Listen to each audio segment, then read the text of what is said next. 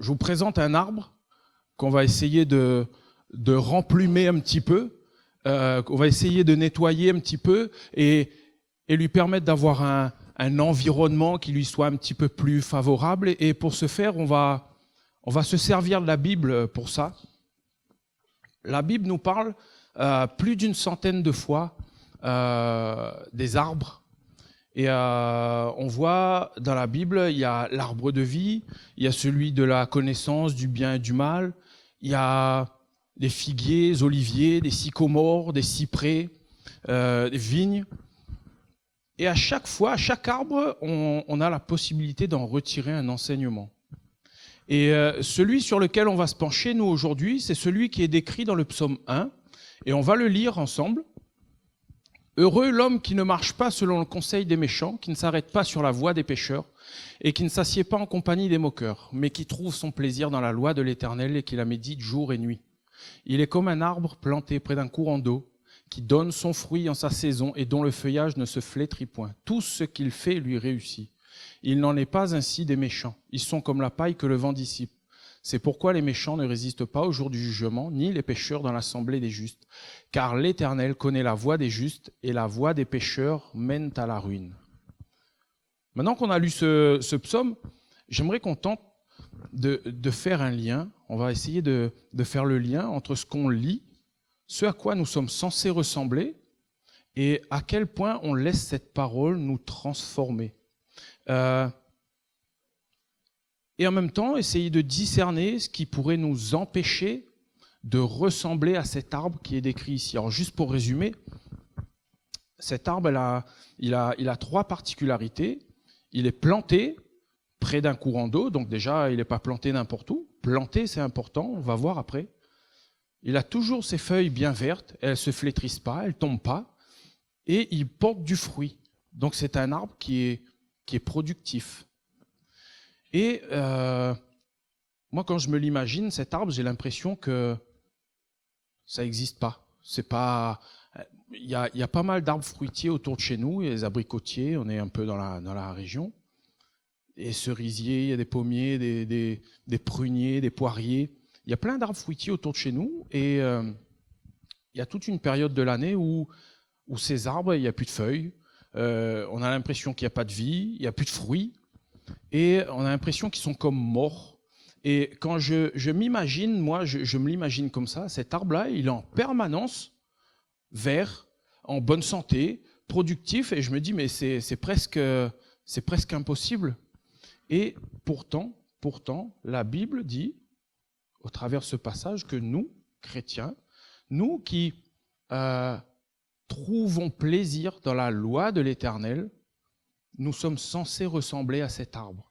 Nous qui sommes repentis, nous qui avons accepté Christ, aujourd'hui, nous sommes dans une position où nous sommes censés ressembler à cet arbre en permanence. Et juste pour illustrer, pour qu'un arbre soit en permanence comme ça, en fait, il a besoin de trois choses essentielles. Un arbre a besoin d'eau, même des besoins très très importants, même parce que selon le type d'arbre, selon son niveau de maturité, entre 200 et 1000 litres par jour pour certains arbres. Donc c'est quand même assez conséquent. Et puis, il a besoin d'un environnement qui soit propice, qui soit favorable également à son bon développement. Parce qu'un arbre, il est censé capter le CO2 qu'il y a dans son environnement. Et ce CO2, il va s'en servir comme nourriture. Par contre, pour que cette nourriture qu'il aura captée dans son environnement soit utilisable, il lui faut une bonne exposition à la lumière. Il faut qu'il soit exposé suffisamment longtemps à la lumière pour que, en fait, tout ce qu'il a capté, il puisse le cuisiner dans sa feuille et l'utiliser ensuite pour se nourrir. Donc un arbre a besoin d'eau, d'un environnement favorable et de lumière. Planter, je disais tout à l'heure, c'est important. Pourquoi ? Parce que planter, ça m'interpelle ce terme, parce que planter, ça veut bien dire, il a été posé ici de manière volontaire. Il n'a pas poussé au hasard. Ça veut dire qu'il a été enlevé d'un contexte, d'un environnement qui lui était peut-être moins favorable que l'endroit où il est aujourd'hui. il est planté là volontairement dans un milieu où j'ai l'impression c'est quand même plus favorable à lui parce que il est près d'une source. Et ça me fait penser, pourquoi je dis c'est important planter? Parce que ça me fait penser à ce que la Bible nous dit, lorsque nous étions esclaves, aujourd'hui nous sommes rachetés. Donc d'une situation défavorable, aujourd'hui, nous qui avons accepté Christ, nous sommes libres, nous avons été rachetés. Et ça me fait penser à un autre passage qui nous dit que avant nous étions dans la chair, conduits par la chair, les désirs de la chair, et aujourd'hui nous sommes nés de nouveau dans l'esprit. Et en fait, ça me fait penser à ça. Du coup, maintenant, on va essayer de faire le lien entre ce qui est écrit et comment ces choses peuvent prendre racine en nous et que nous puissions tendre vers cette ressemblance-là. On va avoir une discussion entre Jésus et un chef religieux de l'époque. C'est dans Jean chapitre 5, versets 39 à 40. Et Jésus, il a cette discussion avec un chef religieux et il lui dit « Vous sondez les Écritures parce que vous pensez avoir en elles la vie éternelle. Ce sont elles qui rendent témoignage de moi et vous ne voulez pas venir à moi pour avoir la vie. » Alors je me dis à l'époque, qui, à part les chefs religieux et certains d'autres qui peut-être auraient accepté de mettre la parole de Dieu en pratique, mais à part eux, qui était censé ressembler le plus à cet arbre qu'on vient de décrire tout à l'heure? Et pourtant, Jésus lui fait des reproches. Il lui dit, mais en fait, toi, tu connais la parole. Il faut savoir juste que les chefs religieux de l'époque, ils enseignaient, ils avaient une connaissance extrêmement pointue des textes, de la parole, qui leur permettait même de faire des jugements en matière de loi, tellement leur connaissance était précise et fiable. Et ils avaient même conscience que ces textes leur parlaient de la venue du Messie et que ces textes pouvaient leur apporter la vie. Mais malgré tout, ça n'a pas empêché Jésus de lui faire ce reproche aujourd'hui.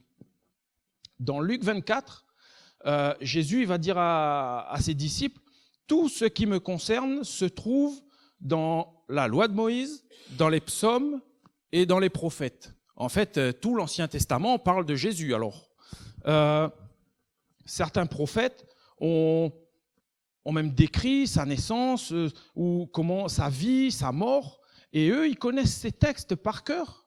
Et ils n'arrivent même pas à faire le lien entre Jésus qui se trouve devant eux aujourd'hui et les textes qu'ils connaissent. Maintenant, on a réglé le compte de ce chef juif. Venons à nous maintenant, parce que ce chef juif, on peut bien lui jeter la pierre, mais je me suis dit, si Jésus, tu étais aujourd'hui présent physiquement et que tu viendrais devant moi, Herman, est-ce que tu n'aurais pas des petites remarques à me faire? Est-ce que tu n'aurais pas des petites questions à me poser dans le même sens où il a parlé à ce chef religieux de l'époque? Est-ce qu'il ne pourrait pas me demander, Herman, mais t'as pas vu à quoi tu dois ressembler? Pourquoi tes feuilles sont toutes par terre et il te manque même des branches? Comment ça se fait? Et est-ce que tu as pu identifier ce qui te retient, ce qui t'empêche d'y arriver? Et quelles sont les sources? Quelles sont les sources sur lesquelles tu t'appuies, ces éléments sur lesquels tu t'appuies, là où tu vas t'abreuver? Quelle est cette lumière qui est fiable pour toi? Est-ce que tu réalises ton état? Est-ce que tu réalises l'état de la parole dans ton cœur? À quel point elle prend place ou pas dans ta vie? Et j'aimerais, pour ça, évoquer trois points qui sont perceptibles dans le psaume 1 et qu'on va voir ensemble et qu'on va essayer de décrire assez rapidement, assez succinctement. Est-ce que chacun a conscience que la chair a des désirs contraires à ceux de l'esprit.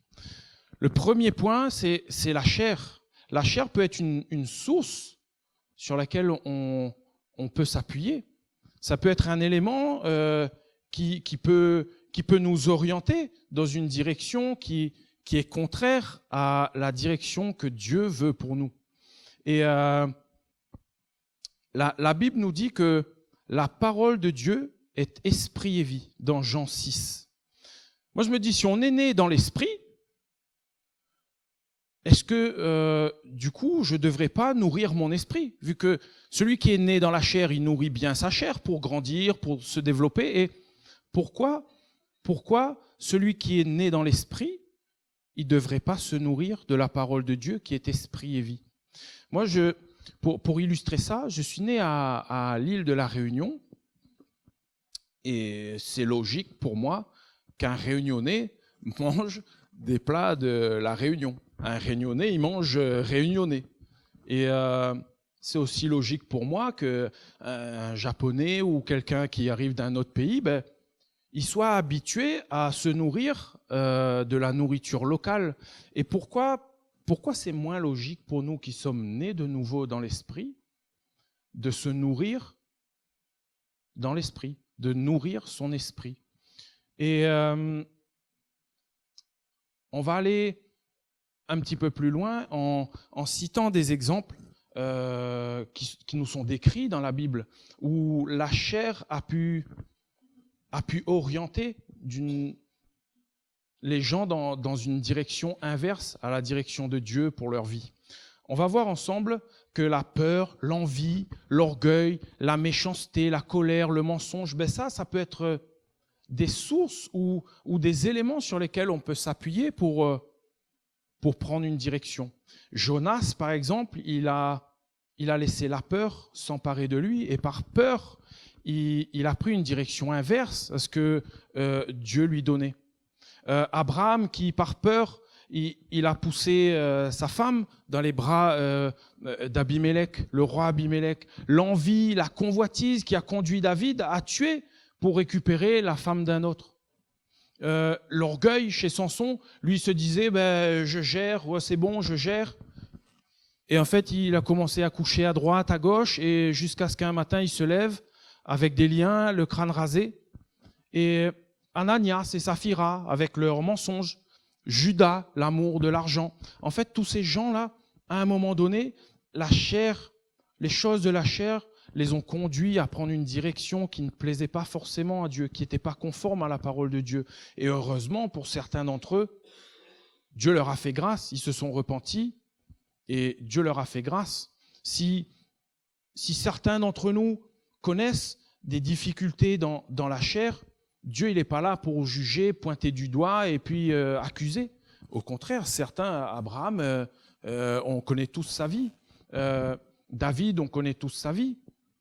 Et certains d'entre eux, ils ont su se repentir et Dieu a su les pardonner également. Mais on ne va pas rester quand même sur les mauvais exemples. On a également de bons exemples dans la Bible de personnes qui ont préféré laisser la chair de côté et suivre la direction de Dieu. Il y a Noé qui, par sa mise à part, il a choisi de ne pas se conformer aux pratiques du monde de son époque. Et du coup, Dieu l'a mis à part, lui et toute sa famille. Il y a Daniel qui a choisi de faire ce qui plaît à Dieu, plutôt que ce qui plaît aux hommes, même si on lui a dit, écoute, viens voir, il y a des lions qui t'attendent. Joseph, il a mis de côté également sa honte lorsque Marie est venue le voir et lui a dit, écoute, je suis enceinte. Lui, il sait que c'est pas lui. Elle a dit, j'ai connu personne. Et il s'est dit, quand même, ça va un peu loin. Et en fait, il commençait à penser à des choses. Et moi, j'aime le cœur de cet homme parce que même quand Marie lui annonce ça, en fait, à l'époque, le fait de tomber enceinte, c'était très mal vu. C'était très mal vu. On pouvait se faire exclure de la famille, de la société. On était pointé du doigt, les gens nous jugeaient. Et en fait, lui, il pensait à tout ça, il avait conscience de tout ça. Il y avait la honte qui était là. Et en fait, malgré tout, il dit à Marie, ben écoute, t'inquiète pas, vu le contexte et ta situation, ben, je ne vais pas en rajouter une couche, on va rompre secrètement. On ne va pas ébruiter l'affaire, t'inquiète pas. Et je me suis dit, mais purée, mais moi, si je suis à sa place, je ne sais pas, je fais des bons comme ça. Et lui, il fait les choses avec un état de cœur, moi, qui me plaît. Et pendant qu'il pense à tout ça, il y a l'ange de Dieu qui vient le voir et qui dit, mais t'inquiète pas, c'est OK. Tu peux prendre Marie pour épouse. Vas-y. Et lui, il met de côté toutes ses pensées, toutes ces choses-là pour suivre la direction de Dieu. Il y a aussi Paul qui était vraiment bien ancré dans ses mauvaises pratiques, dans ce qu'il croyait être de bonnes choses. Il a mis tout ça de côté. Il est parti loin quand même, Paul. Et malgré tout, il a mis tout ça de côté. Il s'est dit, OK, je vais suivre Dieu. Je vais suivre ta voie. Zachée qui était quand même un homme riche, peut-être mal aimé, peut-être mal vu, mais il était riche socialement parlant, il avait tout ce qu'il fallait, il avait les moyens, il avait une maison, il avait tout ce qu'il fallait. Et malgré tout, il a mis tout ça de côté, l'orgueil, la fierté, sa position sociale. Il a su mettre tout ça de côté pour accueillir Jésus chez lui.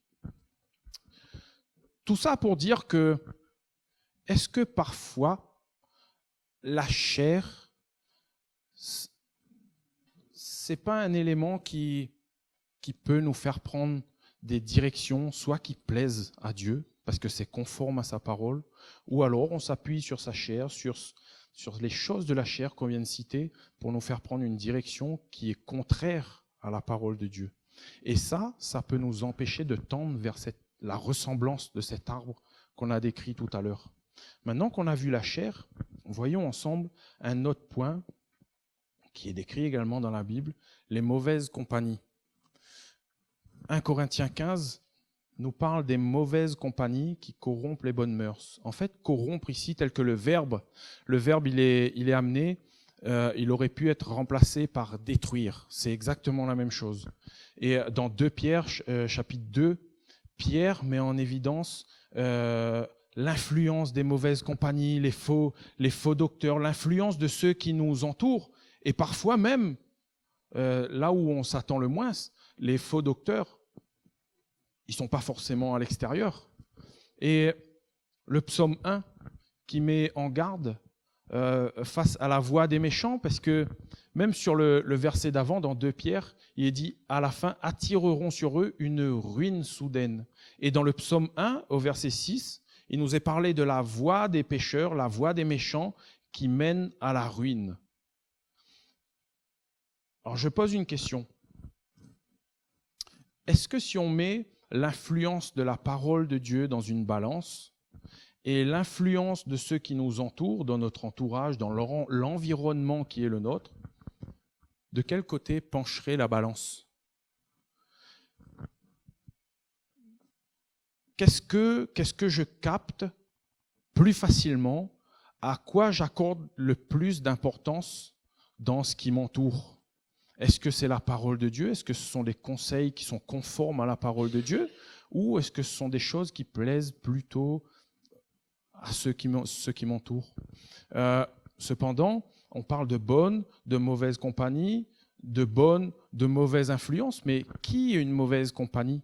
Qu'est-ce qu'une mauvaise influence ? Et on va voir ensemble quelques points. Est-ce que c'est une mauvaise compagnie, du coup, des mauvaises influences, ce sont les non-chrétiens ? Est-ce que c'est la famille inconvertie ? Est-ce que c'est les amis ? Des personnes dans l'église ? Alors, je me dis, si c'est les non-chrétiens, alors je pose un exemple, si c'est les non-chrétiens, moi j'ai un patron, il me booste à chaque fois pour évoluer, pour progresser professionnellement, il veut que j'aille de l'avant, ses conseils sont de bons conseils, il n'y a rien qui n'est pas conforme à la parole de Dieu dans ce qu'il me demande de faire, et il me propose d'évoluer, d'aller plus loin professionnellement parce que j'en ai le potentiel.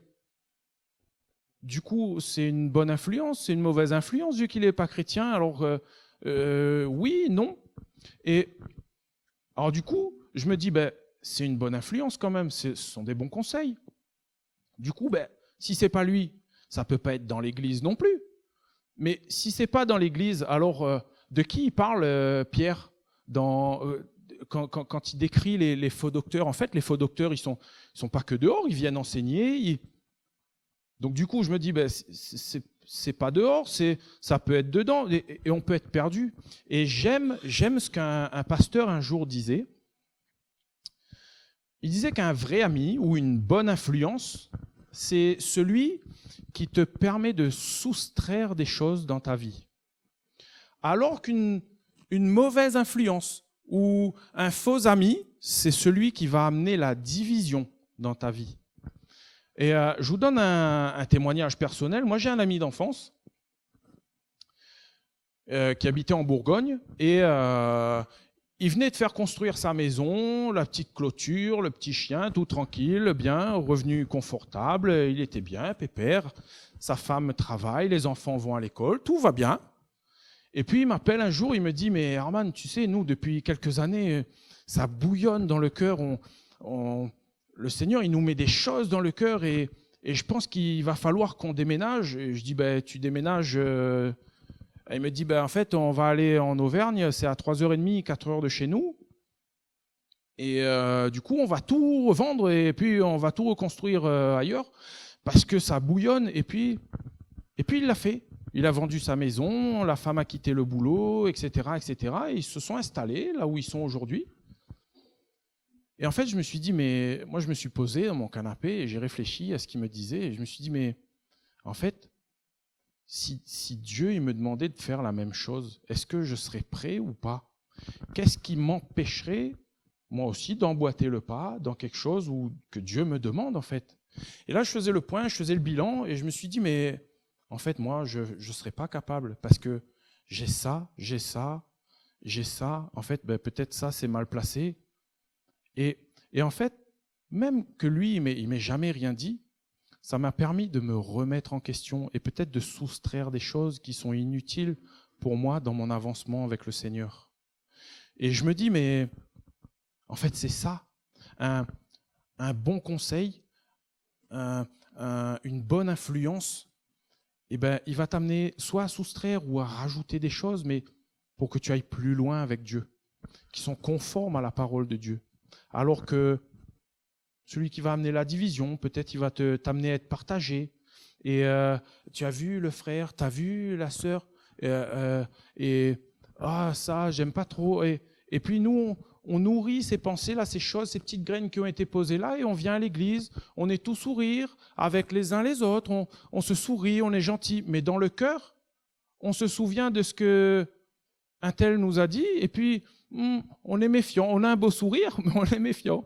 Et ça, en fait, ça s'appelle de l'hypocrisie, tout simplement. Et la Bible dit bien que Dieu a en horreur l'hypocrisie. Et en fait, le but, c'est pas de dire « je fréquente plus personne ». C'est pas ça. C'est tout simplement tout ce qui se trouve dans notre environnement. Il faut qu'on apprenne tout simplement à capter les choses qui nous sont essentielles pour progresser avec Dieu et qui sont conformes à la parole de Dieu pour nous amener plus loin avec Dieu. Tout simplement, c'est ça. Les mauvaises compagnies, les mauvaises influences, il y en aura toujours. Maintenant, est-ce que nos oreilles sont plus facilement tendues vers ces choses-là, ou est-ce que on apprend à connaître la parole de Dieu, mais pour savoir ce qui plaît à Dieu, quel est le caractère de Dieu, et ce qui lui plaît à lui, plutôt que ce qui parfois me plaît moi, ou qui plaît à mon voisin.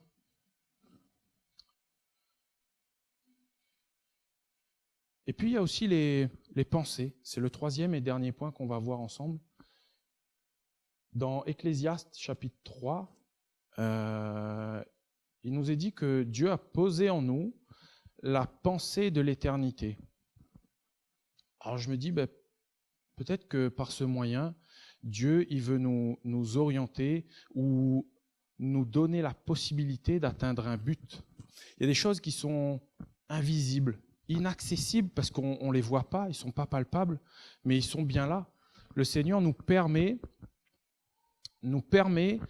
de penser à ces choses pour qu'on puisse tendre à ces choses. C'est comme si les pensées, c'était un chemin qui nous amenait à tendre vers un but que Dieu nous a fixé.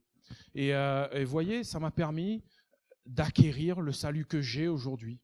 Et le salut, je ne pourrais pas vous le montrer. Je ne pourrais pas vous montrer, prendre mon salut et le mettre ici et dire, regardez, le mien, il est bleu, il est beau, il est en velours, il est joli. On ne peut pas le faire, on ne peut pas l'attraper. Mais moi, j'ai cette conviction que Dieu m'a sauvé. Et la dernière fois, j'avais une discussion avec mon garçon et j'illustrais ce propos-là avec lui et je disais, tu sais, est-ce que tu aimes ton papa? Il me dit, oui, papa, heureusement. Je dis, ah bon, mais comment tu peux me prouver ça? Il me dit, je sais pas. Alors, il me fait un câlin, tout ça. Et je dis, oui, mais là, tu m'as fait un câlin, mais moi, je vois pas, moi, si vraiment dans ton cœur, tu m'aimes ou pas. Comment? Et il me regardait, il me dit, comment? Et j'ai dit, tu aimes tel plat, parce que nous, on cuisine un peu réunionnais à la maison. Et tu aimes tel plat aussi? Il me dit, oui, j'aime ça. Et j'ai dit, mais tu aimes qui plus, le plat ou papa? Et elle me dit, papa, c'est toi que j'aime plus. Et je dis, mais prouve-le-moi, mais mets un petit peu d'amour que tu as là pour ce plat-là dans un verre, et mets l'amour que tu as pour moi, prends un petit peu, mais dans un verre, montre-moi la différence qu'il y a entre les deux. Il me regardait comme ça, il me dit, papa, mais ça va? Et je dis, et en fait, tout ça pour illustrer que il y a des choses qu'on ne voit pas, mais qui sont bien là. Et les pensées, en fait, nous permettent d'accéder à certaines choses qu'on ne voit pas, mais qui sont des attributs divins, les attributs du ciel, et que Dieu veut nous conduire à ces choses. Et on ne les voit pas, mais les pensées nous permettent d'emboîter le pas sur le chemin que Dieu nous montre. Amen. Ceux qui ne sont pas encore bien convaincus que les pensées ont quand même une certaine importance, on va voir dans Philippiens chapitre 4, où Paul, il met en évidence certaines choses. Au verset 8, il est dit « Au reste, frères, que tout ce qui est vrai, honorable, juste, pur, aimable, qui mérite l'approbation, vertueux, digne de louange, soit l'objet de vos pensées. » Alors je me dis, ok, les pensées ne servent à rien. Alors pourquoi il faut qu'on pense à tout ça en permanence? Si elles servent à rien, pourquoi la Bible nous dit que tout ça, ça doit faire l'objet de nos pensées? Dans ce cas-là, à quoi bon penser à tout ça? Paul, il avait la conviction que les pensées pouvaient nous orienter vers un but que Dieu nous fixait. Mais moi, j'ai envie de demander, à ce stade, quelles sont les pensées qui préoccupent ton esprit tous les jours? Quelles pensées, chacun de nous entretenons? Quelles pensées sont là tous les jours et que nous aimons bien garder, mettre ça de côté, chérir ça?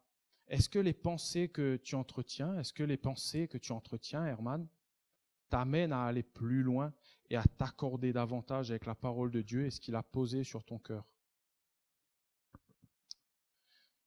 En même temps, je me dis, pour ceux qui ne sont pas encore convaincus que les pensées sont là pour nous orienter, j'aimerais citer un exemple. C'est que bien souvent, on se base sur notre expérience. On se dit, c'est bien, l'expérience, il en faut. Et il faut qu'on se serve de cette expérience aussi pour avancer. On ne doit pas être des chrétiens oublieux. Là, par où nous sommes passés hier, avant-hier, et on sait que c'est un danger, on va pas retenter l'expérience. Mais ce que je veux dire par là, c'est que l'expérience ne doit pas être un canapé, un bon fauteuil bien confortable dans lequel on va s'asseoir. Et uniquement par l'expérience, on va laisser sa vie mener son cours, parce que moi, j'ai de l'expérience. Rappelez-vous ce qui est arrivé à Samson. Il était tout confort, je gère. Et en fin de compte, il n'a rien géré du tout. Et parce que même si, au pire, 30 ans, 40 ans, 50 ans de conversion, 60 ans d'expérience dans la vie chrétienne, juste pour rappel, l'ennemi, il était là avant que l'homme soit créé. Donc s'il fallait mettre dans une balance son expérience à lui et mon expérience à moi, je ne sais même pas si on me verrait dans la balance. Donc on ne peut pas se fier uniquement sur l'expérience. Pourquoi je dis ça? Parce que dans Dans 2 Corinthiens, chapitre 10, au verset 5, il nous est dit que l'ennemi est capable de maintenir captives certaines de nos pensées. Alors moi, je me pose toujours des questions. Je me dis, mais en fait, un ennemi qui a autant d'expérience que ça, est-ce qu'il va s'embarrasser à faire des choses qui sont inutiles? Si les pensées ne servent à rien, si elles ne sont capables de nous amener nulle part, pourquoi il s'embête à maintenir captives certaines de nos pensées? Parce qu'il a bien conscience, lui, il a bien conscience que les pensées peuvent nous amener à accéder à des choses qui sont parfois invisibles, inaccessibles. Mais le fait d'y penser, comme la pensée de l'éternité qu'on a vue tout à l'heure, eh ben, ça nous met sur le chemin d'une recherche. Ça nous met sur le chemin qui nous mène à un but que Dieu a fixé pour nous. Un dernier exemple avant de conclure, et pour vous montrer comment les pensées peuvent parfois même nous exclure de ce que Dieu a prévu pour nous. J'ai l'exemple dans Acte 8 du magicien de Samarie, Simon. En fait, il nous est dit que Philippe, il est arrivé là, et il a commencé à prêcher, les gens étaient convaincus, il a commencé à imposer les mains, il y avait des miracles et tout ça, et lui, il était là, il a vu, et il s'est dit, ben purée, c'est bien ça. Et la Bible nous dit au verset 13, Simon lui-même crut.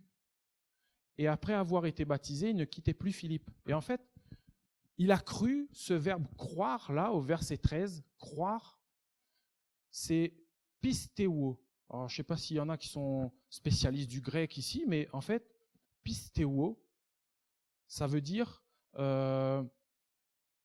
convaincu, placer sa confiance dans, croire. Et en fait, quand il a vu ce que Philippe faisait, il était convaincu. Il a placé sa confiance dans ce qu'il voyait, dans ce qu'il a entendu. C'est quand même plutôt un bon départ. Et puis, il suit Philippe partout, il y va, il entend. Et comme quoi, même suivre des gens, ça ne fait pas tout. Parce que un peu plus loin, il nous est dit que Pierre et Jean vont rejoindre Philippe. Et de là, les gens vont commencer à recevoir le Saint-Esprit.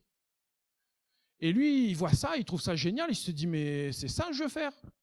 Et c'est là où ça se gâte, c'est qu'il pensait que lui aussi, il avait le droit de faire ça. Jusque-là, il a raison. Lui aussi, il pouvait le faire. Jusque-là, il a raison. Mais il voulait acquérir ce don par le biais de l'argent. Et en fait, au verset 20, il nous est dit, mais Pierre lui dit que ton argent périsse avec toi puisque tu as cru. Alors on a 2 verbes croire au verset 13 et au verset 20 qui n'ont rien à voir. Cru ici, c'est plus pistéo, c'est nomiso. Et nomiso, ça veut dire puisque tu as pensé.